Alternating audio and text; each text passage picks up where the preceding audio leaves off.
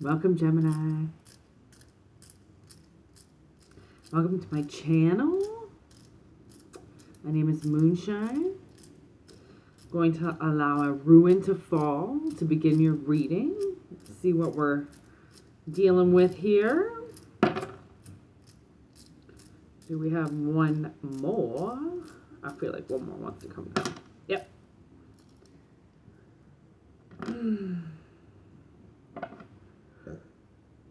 Number 8 and number 5. Okay. Number 8 and number 5. Kind of a little bit hard to see. There they are for Gemini. So, ruin number 5 is travel, rhythm, spontaneity. Ruin number, what's the other one? Sorry, 8. Harmony, prosperity, and reward. So I think what the message is Gemini might be headed towards prosperity. Okay, the harmony, something is coming into balance. And you might be spontaneously rewarded in some way. We never really know how rewards are going to come in because they're different for everybody. Some people feel money are rewards. Some people feel an addition to their family is a reward. Some people feel like a new car is a reward. It just depends on what you feel like a reward would be for your time here, whatever it is that you've gone through.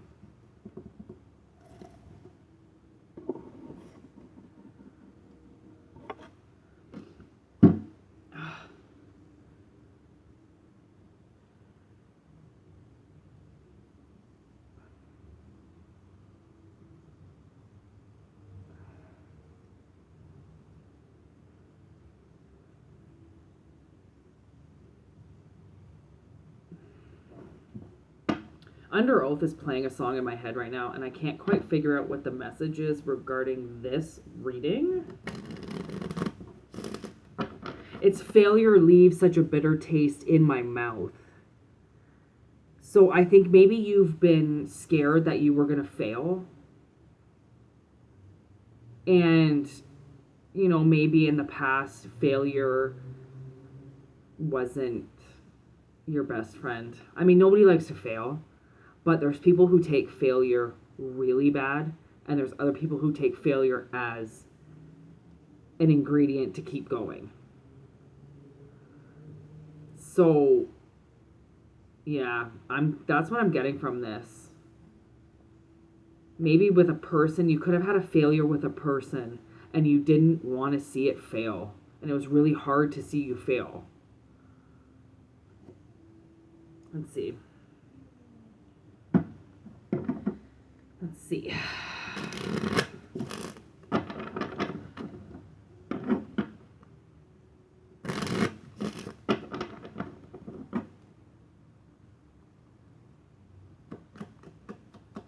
For Gemini, please.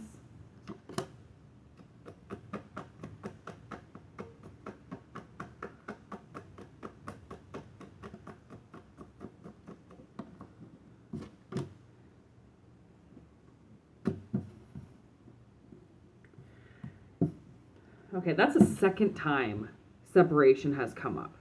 It was on the bottom of the deck. I didn't take it. I didn't think it had anything to do with the reading. And now it's come back up again. So I have to learn not to do that, honestly. I should just start taking what I know I need to take. But I was like, separation. Well, yeah, I guess the failure with this person, you might be separated from somebody. And somebody failed. Somebody got burned. That's what it is. That's the word I'm looking for. Separation, sadness, missing you, thinking about you, yearning, unsure of future. So we also have I like you and ascending. So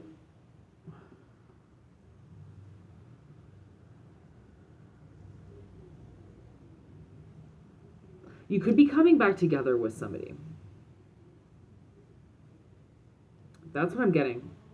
It could have been some type of relationship in the past.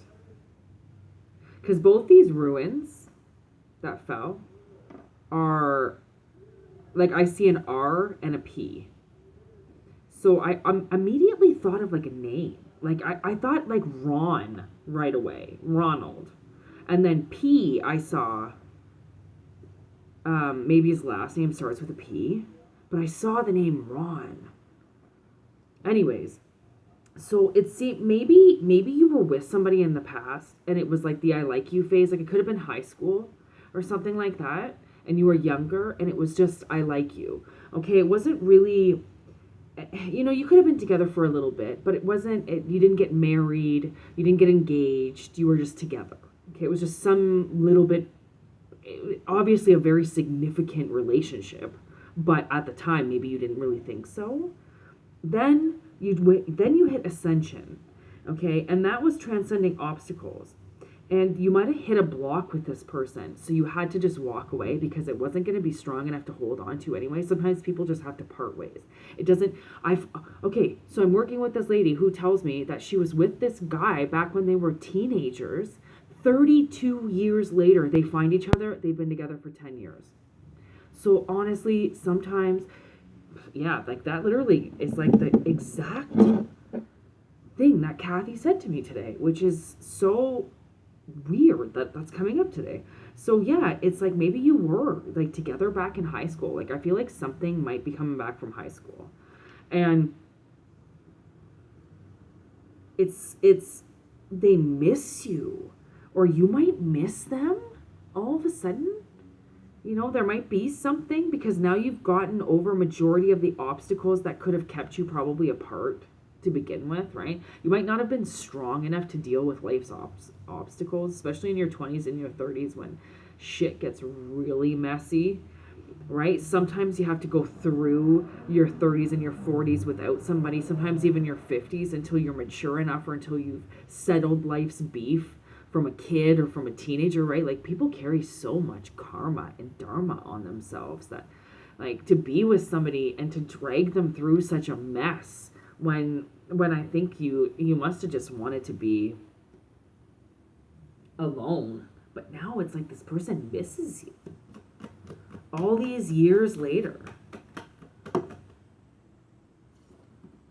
The Phoenix has come up twice today, but in a different deck. New phase, rekindle, renew, changed mind. See, rekindle. I'm telling you, a relationship is coming back. See that flip? Oof. Girl talk. Time with friends, moving on, happily single, living in the moment, having fun. So definitely, you know, when you're in the moment and you are doing your thing and you are loving life, that is when you are the brightest, the sexiest, the brightest, the loudest in the room.